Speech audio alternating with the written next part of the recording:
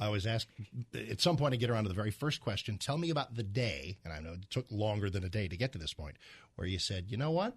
I'm going to try to be Wendy Davis's successor. I'm going to try to run for state senate. How'd you get to that point? Well, it was a process. It was a process of me getting down to Austin and observing what was going on down there and realizing that we didn't have somebody that represented our values and what we were trying to get done in Arlington and Senate District 10.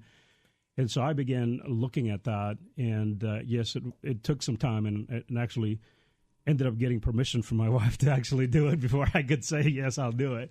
But, yeah, in order to be willing to go in public and say, I'm going to do this, I had to have my wife right next to me, right with me. And so when she got to the point where she was okay, then we were both okay, ready to go. Well, and anybody sitting around saying, well, doggone it, you ought to be a man, get out there. Let me tell you something about being a man. Any man who runs for office and doesn't have the wife on board is a fool.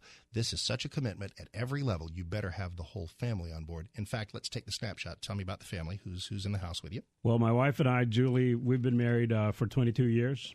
We have 5 daughters. Dude, really?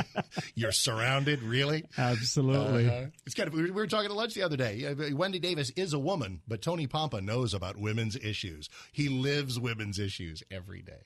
Yes, so we have a 20-year-old, 14, a 10-year-old, and 8-year-old twins. So from 21 years ago, just been surrounded by love and hugs and kisses and giggles and a little bit of hormones now. Age range is? From 20 all the way down to 8, 8-year-old twin girls. Very cool.